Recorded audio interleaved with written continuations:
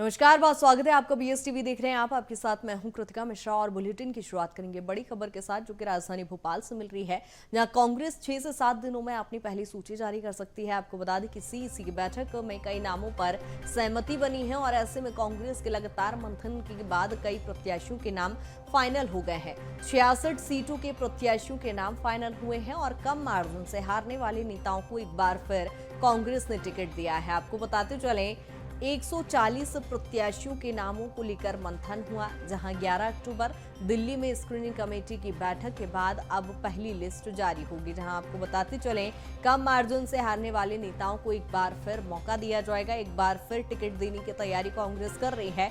140 प्रत्याशियों के नाम पर लगभग मंथन हुआ है और माना जा रहा है कि 11 अक्टूबर को दिल्ली में एक बार फिर स्क्रीनिंग कमेटी की बैठक होगी और जिसके बाद पहली सूची कांग्रेस अपनी जारी कर देगी। लगभग 6 से 7 दिन का और वक्त लगेगा, जहां पहली लिस्ट कांग्रेस की जारी होगी।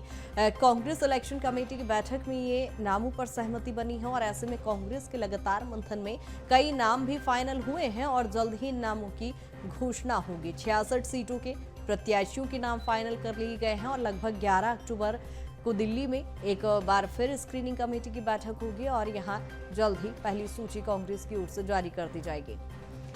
लगातार 140 नामों पर मंथन हुआ था, जिसके बाद कुछ नाम फाइनल हुए हैं और 11 अक्टूबर को आधिकारिक तौर पर घोषणा हो जाएगी। पहली सूची कांग्रेस अपनी जारी कर सकती है। आपको बता दें कि 6 से 7 दिन का और वक्त लगेगा, जहां लगातार कांग्रेस में मंथन का दौर जारी है और ऐसे में एक बार फिर स्क्रीनिंग कमेटी की बैठक होगी 11 अक्टूबर को और जल्द ही नाम फाइनल हो जाएंगे।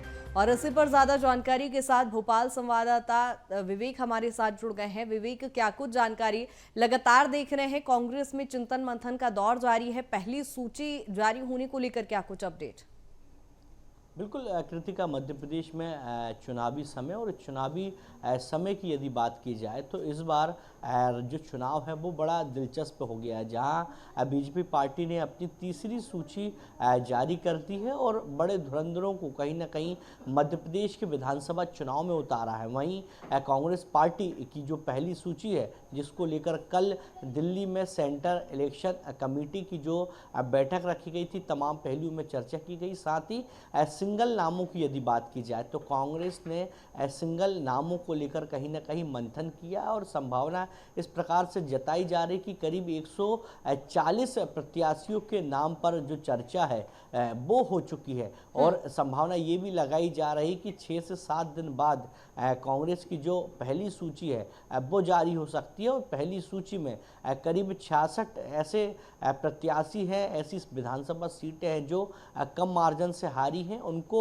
इस पहली सूची में जगह दी जाएगी। साथ ही सिटिंग एमएलए की यदि बात की जाए तो सिटी एमएलए को यथावत रखा जाएगा, उनकी सीट बदली नहीं जाएगी। साथ ही युवाओं की बात की जाए तो युवाओं को भी लेकर लगातार मंथन चल रहा है, मगर जिस प्रकार से कल देर रात दिल्ली में कांग्रेस पार्टी की सेंटर इलेक्शन कमेटी की बैठक थी, जिस पर तमाम विषयों में चर्चा की गई। साथ ही बात करें कमलनाथ की तो कमलनाथ ने बैठक से निकलने के बाद बयान भी दिया कि 6 से 7 दिन बाद जो उनकी जो पहली सूची है वो जारी हो सकती है। यानी देखने वाली बात है कि नवरात्रा के पहले दिन में जो पहली सूची है कांग्रेस पार्टी की वो अब जारी होने की संभावना जताई जा रही है। जी बिल्कुल विवेक, जिस तरह से हमने देखा था बीजेपी ने जब अपनी सूची जारी की थी तो चौंकाने वाली वो सूची थी जिसमें सांसद और केंद्रीय मंत्रियों को भी उतारा गया था। क्या माना जाए, कांग्रेस में भी इस तरह की स्थिति दिखाई पड़ेगी?